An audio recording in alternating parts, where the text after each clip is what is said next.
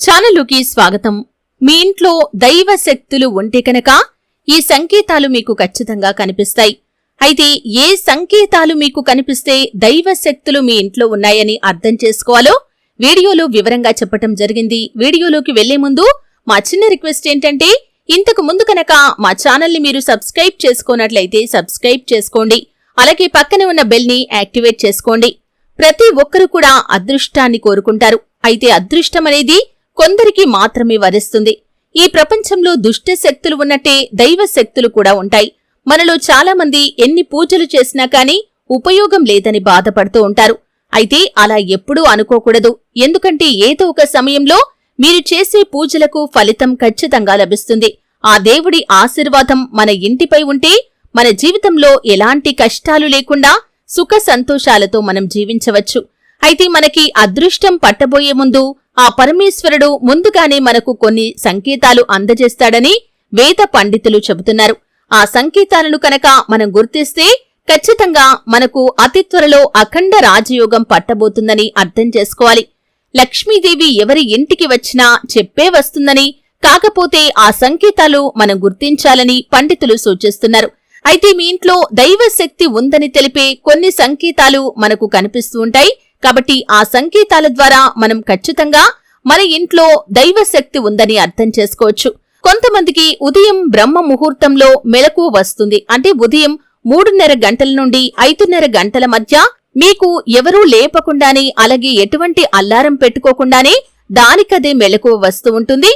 ఈ బ్రహ్మ ముహూర్తంలో కనుక మీకు మెలకువ వస్తుందంటే దానికర్థం మీ ఇంట్లో దైవశక్తులు ఉన్నాయని, మీరు అదృష్టవంతులు కాబోతున్నారని అర్థం చేసుకోవాలి. అలాగే మీ పూజ గదిలో కాని వంటగదిలో కాని బల్లులు ఎక్కువగా కనిపిస్తే మీ ఇంటిపై లక్ష్మీదేవి కటాక్షం ఉంటుందని అర్థం చేసుకోవాలి.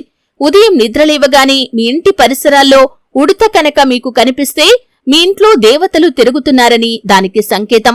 అలాగే ప్రతిరోజు మీ ఇంటి ముందుకు కాకి వచ్చి అరిస్తే కనుక మీ ఇంటిపై దైవానుగ్రహం ఉందని, ఇంట్లో దేవతలు సంచరిస్తున్నారని దానికి సంకేతం. అలాగే కొంతమందికి రాత్రి సమయంలో గజ్జెల శబ్దాలు వినిపిస్తూ ఉంటాయి.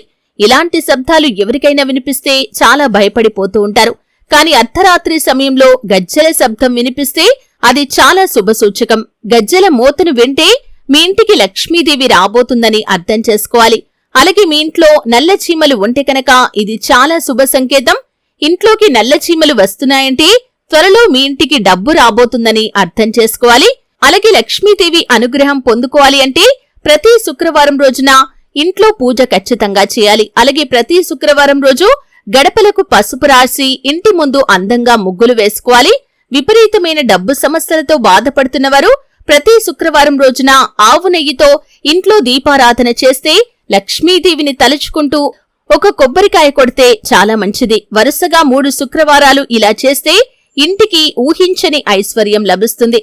అలాగే మీ మనసులో ఉండే కోరికలు నెరవేరాలి అంటే కనుక మీరు పూజ చేసేటప్పుడు దేవుడికి నైవేద్యంగా ఎండు ఖర్జూరాలు పెట్టి మీ మనసులో ఉన్న కోరికలు దేవుడికి చెప్పుకుంటే కనుక ఖచ్చితంగా మీ మనసులో ఉన్నటువంటి కోరికలు అన్నీ కూడా నెరవేరుతాయి.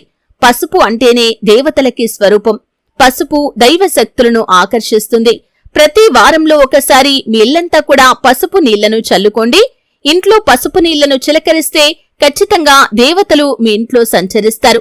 మన కుటుంబంలో ఎవరికైనా దిష్టి తగిలితే ఎన్నో అనారోగ్య సమస్యలు ఏర్పడతాయి. తరచూ తలనొప్పి రావటం, ఒంట్లో నలతగా ఉండటం అనిపిస్తుంది. కాబట్టి మీ మీద ఎలాంటి నరదృష్టి పడకుండా ఉండాలంటే ప్రతి శుక్రవారం రోజున స్నానం చేసేటప్పుడు నీటిలో కొంచెం కల్లుప్పును వేసుకుని స్నానం చేస్తే మీపై ఉన్నటువంటి చెడు శక్తి మొత్తం కూడా తొలగిపోతుంది. అలాగే మీకు కలలో పాము కనిపిస్తే కనుక అది కూడా చాలా శుభసూచకం.